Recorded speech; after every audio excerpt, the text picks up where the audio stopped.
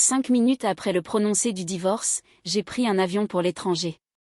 Avec mes 2 enfants, pendant que les 7 membres de la famille de mon ex-mari étaient réunis dans une clinique de maternité parisienne, attendant avec impatience les résultats de l'échographie de sa maîtresse. Mais les mots du médecin les ont terrassés.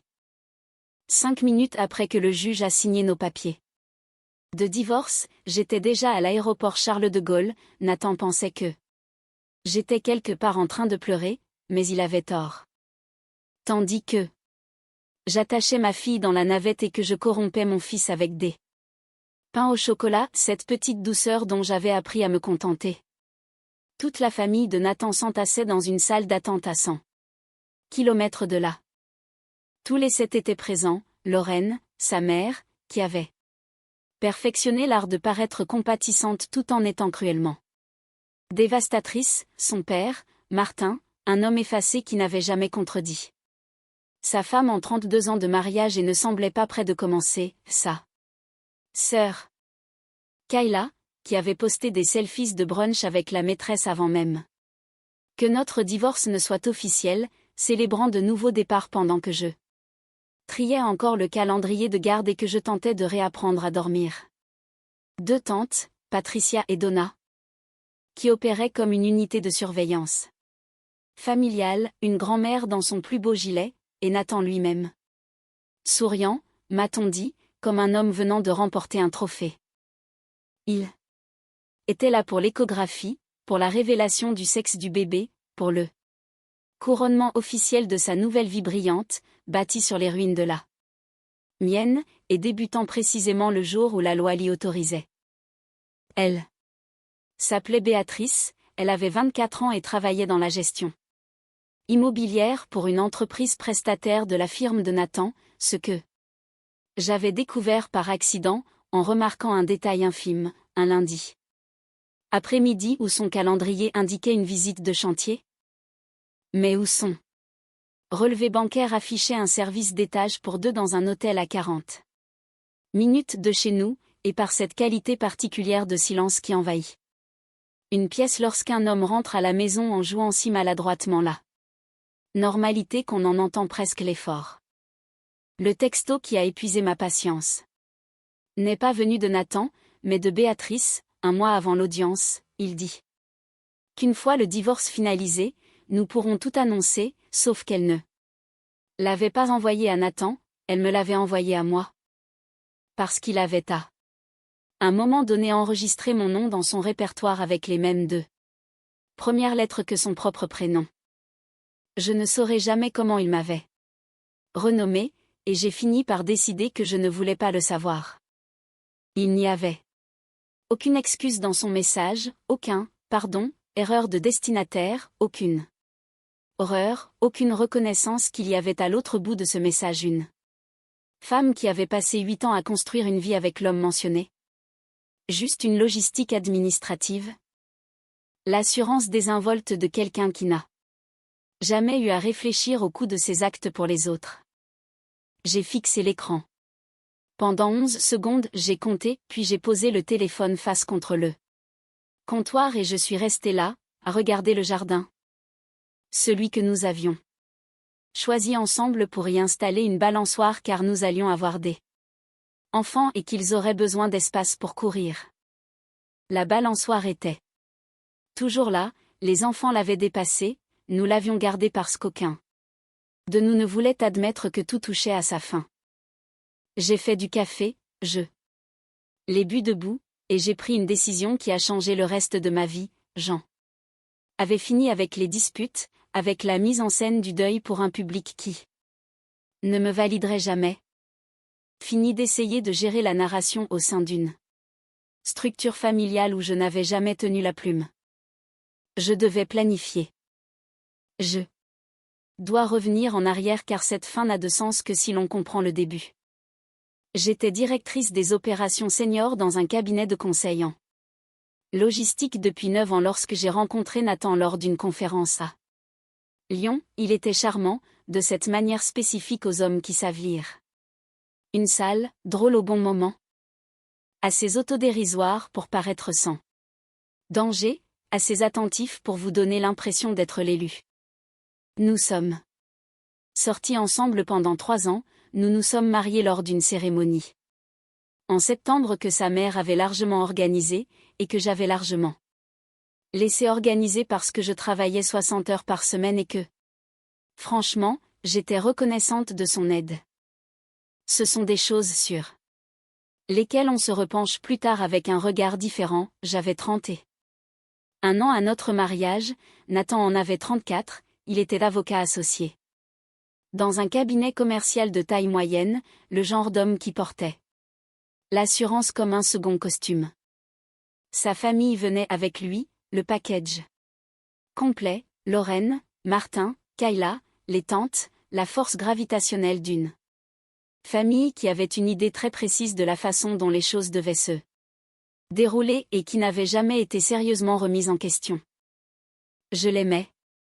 Je veux être clair là-dessus, car ce n'est pas l'histoire d'une femme qui était secrètement malheureuse, je l'aimais sincèrement, de cette manière quotidienne et ordinaire qui n'a rien à voir avec les grands gestes, m'assurant qu'il est son café avant une matinée difficile, sachant quel silence était dû à la fatigue et lesquels cachaient quelque chose de plus grave, construisant une vie de 1000 petites manières domestiques, si triviales qu'elles ne font jamais de bons récits. Nous avons eu Declan quand j'avais 34 ans, Mara 2 ans. Plus tard, quand Declan est né, mon entreprise m'a proposé une promotion qui aurait nécessité 18 mois de déplacements intensifs, mais la carrière de Nathan décollait et l'un de nous devait être l'encre. Alors j'ai pris du recul. Sans ressentiment, je veux être précise, j'ai fait ce choix les yeux grands ouverts parce que je croyais que nous étions une équipe et que les équipes font des choix stratégiques. Ce que je ne savais pas, c'est que Nathan avait classé cela comme la preuve que j'étais, dans sa comptabilité privée, finie. Installée, contente d'une manière qu'il trouvait étouffante, c'est ce qu'il a dit à Béatrice. Ce que j'ai appris plus tard lors de la déposition où elle a répété ces mots avec l'énergie malaisée de quelqu'un qui réalise pour la première fois qu'on lui a servi une version lourdement éditée de l'histoire. Il lui a dit que j'étais déconnectée, que nous étions comme des colocataires, qu'il avait tout essayé, il n'avait rien essayé du tout, il avait simplement décidé que le mariage était fini et commencé à bâtir son remplaçant tout en vivant dans l'original. Ce qui est non seulement une catastrophe émotionnelle, mais aussi une réalité financière et juridique significative. Mon avocate, Constance, expliqua cela avec le plaisir précis de quelqu'un qui attendait ce moment. Le premier signal d'alarme que je peux identifier rétrospectivement fut un changement dans son comportement avec son téléphone au printemps de l'année précédant la demande de divorce. Il l'avait toujours laissé sur le comptoir. Soudain, il était toujours dans sa poche, toujours face contre table. Toujours emmené dans les pièces où je n'étais pas. J'ai remarqué, je me suis dit que c'était un dossier exigeant, que c'était le stress, j'étais douée pour me raconter des histoires. Le deuxième signal fut un dîner avec Lorraine en juin, où elle fut chaleureuse envers moi d'une manière qui ressemblait à de la pitié. Lorraine ne m'avait jamais prise en pitié, elle m'avait condescendue, défiée. Parfois tolérée, mais jamais plainte. Je suis rentrée de ce dîner avec une sensation indéfinissable et j'ai passé 3 jours à essayer de l'ignorer. Le troisième signal fut le reçu en octobre, une facture d'hôtel provenant d'une carte dont j'ignorais l'existence, pas un compte joint, un compte séparé qu'il avait ouvert 18 mois plus tôt. Quand j'ai demandé, il a dit que c'était pour des frais de réception client. J'ai failli le croire, j'étais à 70% prête à le croire quand quelque chose de petit et d'instinctif en moi a dit « Tu te mens à toi-même ». J'ai engagé un détective privé nommé Gérald, 63 ans, l'air d'un proviseur à la retraite, pratiquant ce métier depuis 26 ans. Il ne faisait pas dans le mélodrame, il m'a présenté un dossier 3 semaines plus tard, assis en face de moi dans un bistrot. Et a dit « Ça dure. Depuis environ 14 mois, j'ai la documentation. J'ai regardé le dossier. J'ai regardé la fenêtre, j'ai laissé un pourboire, je suis rentrée, j'ai récupéré mes enfants, je leur ai fait à manger, je les ai couchés, et je suis restée dans la cuisine jusqu'à 2 heures du matin à décider exactement ce que j'allais faire et dans quel ordre. Mon avocate, Constance Ma, pratiquait le droit de la famille depuis 19 ans avec le comportement de quelqu'un qui a entendu tous les mensonges possibles et les trouve toujours académiquement intéressants. Elle portait des lunettes de lecture qu'elle remontait sur son nez quand elle s'apprêtait à dire quelque chose qui allait réorienter votre compréhension d'une situation. La conduite financière va avoir son importance, m'a-t-elle dit lors de notre première entrevue, le dossier de Gérald ouvert. Entre nous. 14 mois de relations extra-conjugales, un compte de crédit séparé, des séjours à l'hôtel, des frais de restaurant, ce qui ressemble à un achat de meubles. Elle a tapoté la page. Quand les biens matrimoniaux sont utilisés pour financer une relation qui précède la demande de divorce, ce n'est pas seulement de l'infidélité, c'est un gaspillage de fonds matrimoniaux, c'est une réclamation. Est-ce suffisant, ai-je demandé, elle m'a regardé par-dessus ses lunettes. C'est un début, il nous faut une image complète, je veux faire intervenir un expert comptable judiciaire. Il s'appelait David. 38 ans, méticuleux, avec l'énergie de quelqu'un qui apprécie vraiment de trouver des choses que les autres pensaient avoir cachées, il a trouvé beaucoup de choses. Pendant que David et Constance travaillaient de leur côté, je gérais le mien, mon entreprise m'avait proposé une mutation de 6 mois à Londres 8 semaines avant l'audience, un logement temporaire à Kensington, un bail d'entreprise, une excellente école pour les enfants, un package de relocalisation complet, une ville où personne ne connaissait le nom de Nathan ni la version chuchotée de notre mariage, ou le regard que j'avais commencé à recevoir à la sortie de l'école depuis que la nouvelle avait circulé dans l'écosystème social. Je veux expliquer mon raisonnement avec soin parce que je sais à quoi cela ressemble, précipité, secret, peut-être punitif, mais je n'étais pas légalement tenu de divulguer une mutation professionnelle pendant la procédure, Constance l'avait confirmé. Les passeports de mes enfants étaient valides, ce n'était pas un enlèvement, c'était un transfert temporaire que tout professionnel à ma place aurait été jugé irresponsable de refuser, et plus que tout, j'avais besoin que mes enfants respirent, j'avais besoin de respirer. Et la famille de Nathan avait passé 2 ans à traiter l'espace autour de notre mariage comme leur territoire personnel. Je ne resterai pas dans leur orbite. Pendant que mes avocates travaillaient en faisant semblant que tout allait bien. Pour l'apparence. J'ai prévenu ma sœur Elena, personne d'autre, elle a conduit 3 heures pour nous rejoindre à une aire d'autoroute le matin de l'audience. A pris nos bagages sans poser de questions et a dit, appelle-moi quand tu atterris, c'est ça l'amour, le vrai, sans performance. Je suis entrée au tribunal ce matin-là avec mon passeport dans mon sac, portant la robe bleue marine que je mets quand j'ai besoin de me sentir capable, et j'ai regardé Nathan prétendre être la partie lésée, il était très doué. Il avait la posture d'un homme qui avait été généreux et patient jusqu'au bout et qui n'acceptait maintenant qu'à contre-cœur l'issue. Lorraine était assise derrière lui avec l'expression de quelqu'un qui soutient un fils ayant été déçu par une femme. Incapable de lui donner ce dont il avait besoin, j'ai tout regardé, j'ai tout signé, et 3 heures plus tard, j'étais à l'aéroport avec mes enfants. Il pensait que la paperasse était la fin de mon histoire, c'était le début de ses conséquences. Nathan m'a envoyé un texto depuis la salle d'attente de la clinique alors que je faisais la queue pour un café à Heathrow. Fatigué par le décalage horaire mais vibrant de cette vivacité particulière de quelqu'un qui vient de faire quelque chose d'irréversible, tu n'as pas besoin de fuir juste. Parce que Béatrice et moi construisons quelque chose de vrai. J'ai regardé Mara qui essayait de communiquer avec le chien d'un inconnu à travers la Vitre du terminal, j'ai regardé Declan mangeant son bretzel avec le sérieux concentré qu'il applique à tout, j'ai regardé la pluie sur la vitre, ce gris londonien particulier qui ressemble.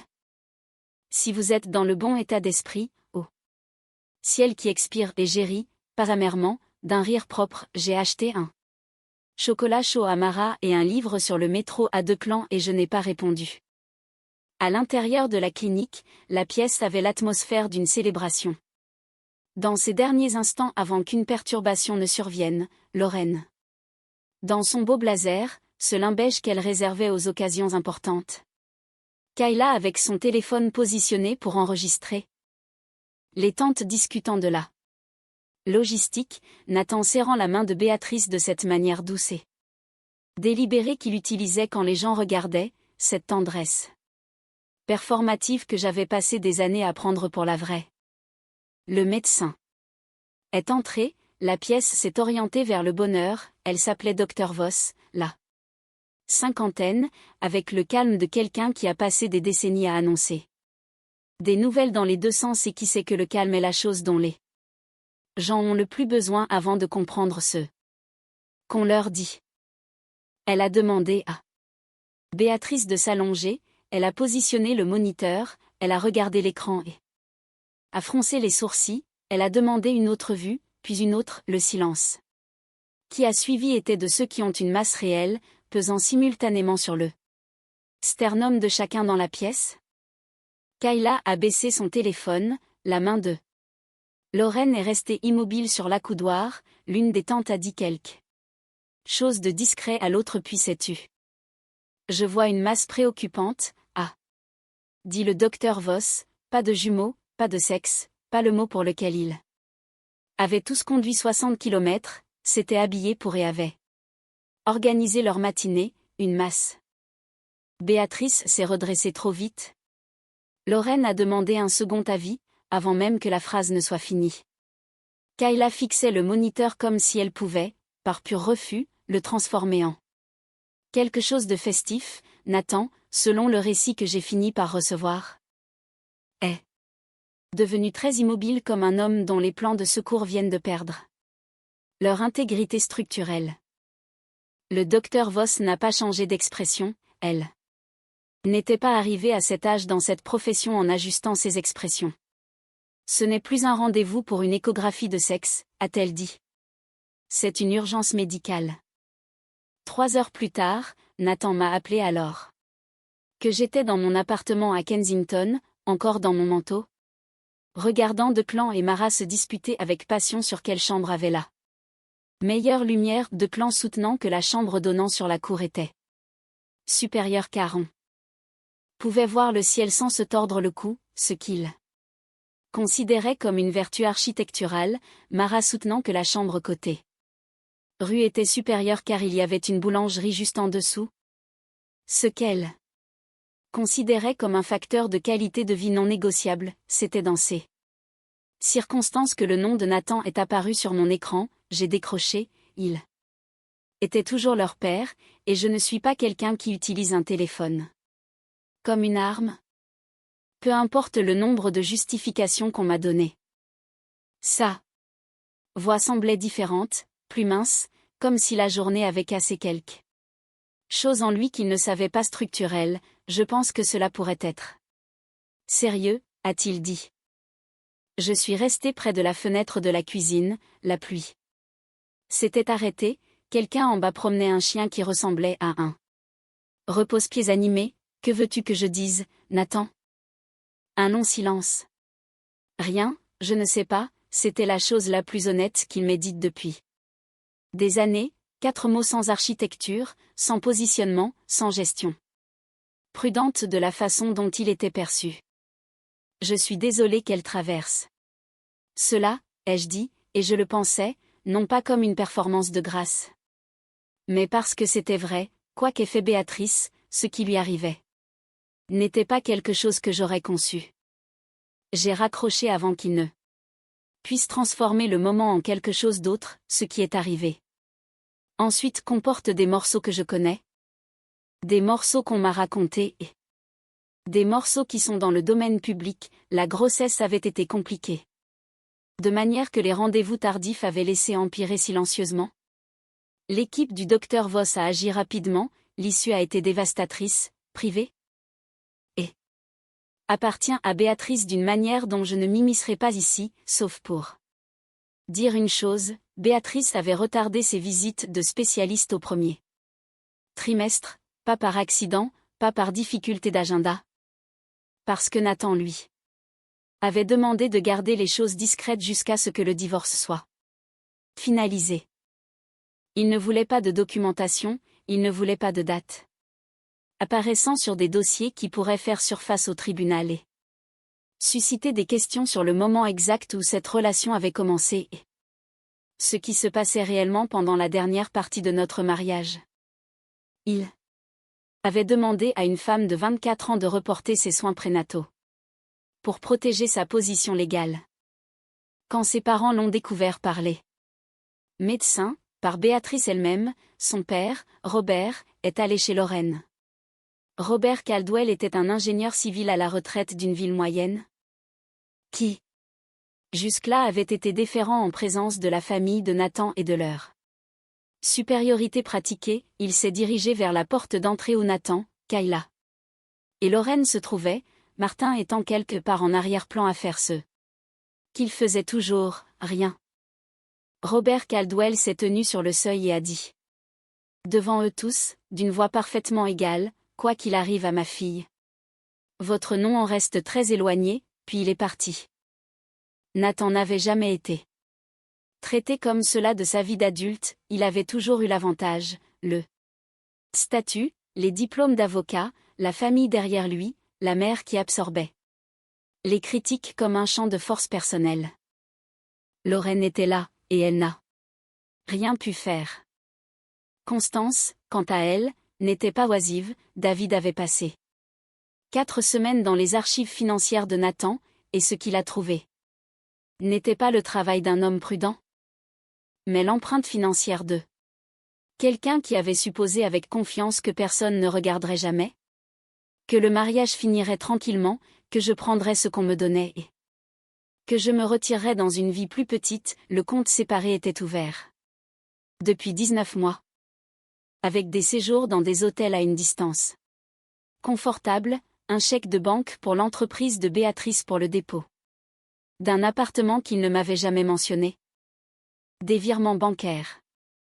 Noté, développement domestique divers, que David a tracé avec la patience méthodique qui l'a rendu précieux jusqu'à un fournisseur de mise en scène d'intérieur associé au nouvel appartement, et une entrée spectaculairement précise que Constance a lue à haute voix lors de notre réunion. Avec l'expression d'une femme essayant très fort de ne pas prendre trop de plaisir, concept design de nursery, 1850 € de fonds matrimoniaux.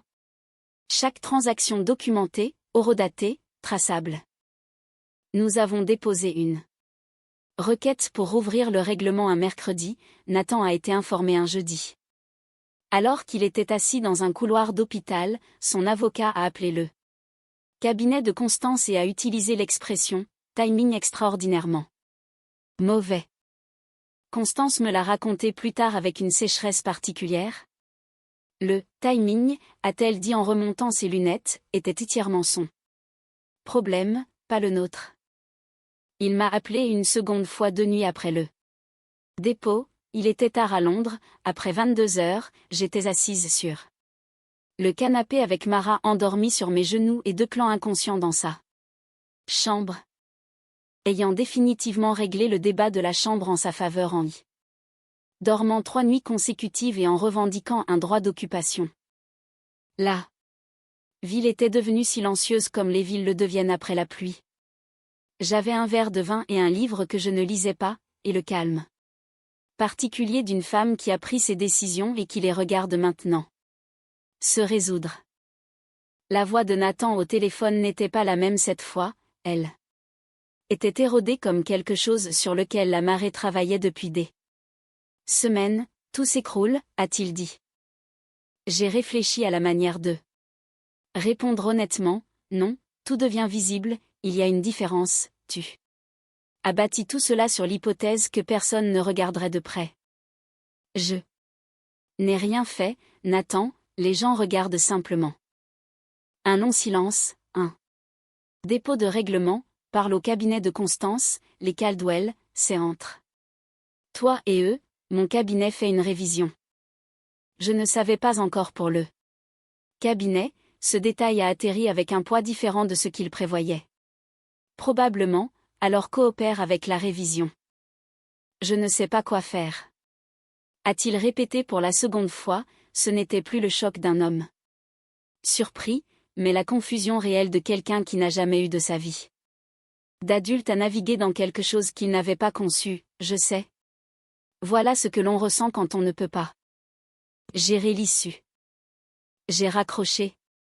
Mara a bougé dans son sommeil, j'ai tiré la couverture sur son épaule, dehors. Quelqu'un pédalait dans la rue humide avec ses lumières allumées, une petite clarté en mouvement dans toute cette obscurité, je me suis dit, je ne lui ai pas fait ça, il s'est fait ça tout seul. J'ai juste arrêté de l'en protéger. Les choses qui sont arrivées dans les semaines suivantes se sont produites en parallèle comme le font les conséquences lorsqu'elles accumulent de la pression.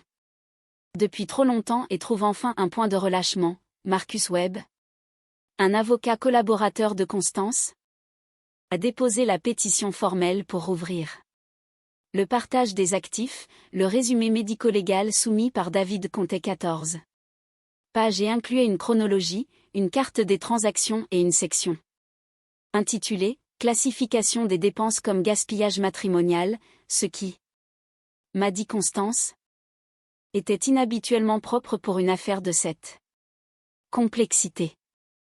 L'avocat de Nathan, celui qui avait passé notre procédure initiale a avoir l'air ennuyé de la manière spécifique des hommes qui simulent l'assurance. En simulant le désintérêt, avait maintenant l'air de quelqu'un sur qui plusieurs lumières avaient été allumées simultanément. Le cabinet de Nathan a initié une révision de conformité interne quand la chronologie de sa relation avec Béatrice est devenue visible publiquement, un associé principal dans une relation avec un contact de fournisseur, débuté pendant une période d'engagement contractuel, avec des fonds matrimoniaux utilisés pour établir une résidence avec ce contact.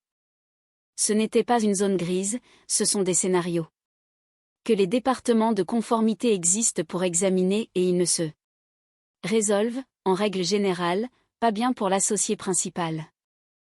Je n'ai pas contacté son cabinet, les documents judiciaires publics sont publics, ce que les gens font avec ces informations n'est pas quelque chose que j'ai dirigé.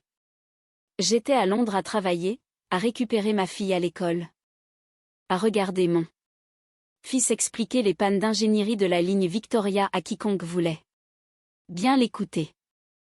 Kayla a cessé de poster, son Instagram, qui était une chronique fiable de chaque développement de la nouvelle vie de Nathan, les nouveaux départs, ce chapitre, le positionnement soigneux de Béatrice sur les photos de groupe est devenu silencieux, puis est revenu des semaines plus tard.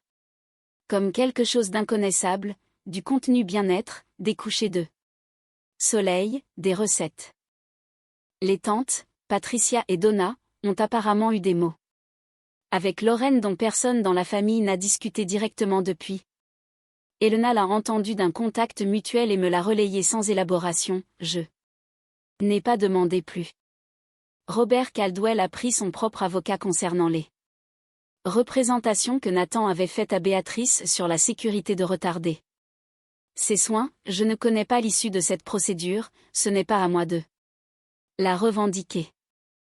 Je veux vous parler des parties ordinaires, celles qui n'entrent pas dans la version narrative des événements, mais qui étaient en fait l'essentiel, de Clan dans la deuxième semaine. Debout sur un quai de métro, expliquant à un touriste américain perplexe pourquoi la Jubilee avait les meilleures portes de quai, Mara dans la troisième semaine, debout devant la vitrine d'une boulangerie à 2 pâtés de maison, pressant son nez contre la vitre et prenant une décision si sérieuse qu'elle en était presque judiciaire. Elle est entrée, s'est présentée à la femme derrière le comptoir, Sylvie. Une française qui avait ouvert cette boulangerie il y a 11 ans et qui a reçu l'évaluation de Mara sur ses croissants avec la gravité qu'elle méritait. Elles ont conclu un accord, Sylvie garderait le premier croissant chaque samedi. C'est un contrat contraignant dans l'esprit de Mara et je n'ai aucune intention de le contester. J'ai commencé le nouveau poste lors de ma 3e semaine, le travail était, et je veux dire cela avec soin car c'est important, véritablement le mien, pas quelque chose que je gérais autour de l'emploi du temps de quelqu'un d'autre. Pas quelque chose que je réduisais pour le faire. Entrer dans une vie dont les dimensions avaient été fixées par quelqu'un d'autre. Mes propres idées, mes propres décisions, mon propre calendrier. J'avais oublié ce que cela faisait, je m'étais dit que cela ne me dérangeait pas de tout abandonner, j'avais tort, et il a fallu le faire à nouveau pour savoir à quel point. Il y a eu un moment tard le jeudi soir de ma 5e semaine. Assise à un bureau dans un bureau de Kensington avec une vue sur la ville qui s'assombrit et un projet sur mon écran en avance sur le planning parce que je l'avais rendu ainsi. Il y a eu un moment où j'ai compris dans mon corps plutôt que dans mon esprit que je n'étais pas dans les suites de quelque chose, j'étais au début de quelque chose. Cette compréhension n'est pas dramatique, elle ne fait pas de bon matériel, mais c'était la chose la plus importante qui m'est arrivée cette année-là. Lorraine a appelé une fois, j'ai failli ne pas répondre. Puis j'ai décidé que j'avais passé trop de temps à avoir peur de Lorraine et que la monnaie de la peur avait expiré, je veux juste que tu saches. A-t-elle dit dans le registre magnanime qu'elle utilisait pour les choses qu'elle considérait comme généreuses, qu'aucun d'entre nous ne voulait cela pour toi. J'ai attendu, Nathan a fait des choix, a-t-elle poursuivi, mais les enfants ne devraient pas souffrir. Ils ne souffrent pas, ai-je dit. Declan apprend le métro, Mara a un arrangement pour le croissant du samedi avec une femme nommée Sylvie, ils vont bien. Une pause, le genre que Lorraine produisait quand une conversation n'allait pas dans la direction qu'elle avait tracée, la famille, c'est la famille, a-t-elle finalement dit. Oui, ai-je convenu, c'est vrai, la mienne va très bien, merci d'avoir appelé. J'ai raccroché et je suis restée assise avec cela, l'étrange dégonflement d'une chose que vous avez redoutée pendant des années et qui s'avère être simplement petite. Lorraine avait toujours été comme une météo pour moi, comme un système trop vaste et ambiant avec lequel argumenter, c'était juste une femme qui avait élevé un homme à croire que la responsabilité était quelque chose qui arrivait aux autres et nous étions tous là. De l'autre côté de cette croyance.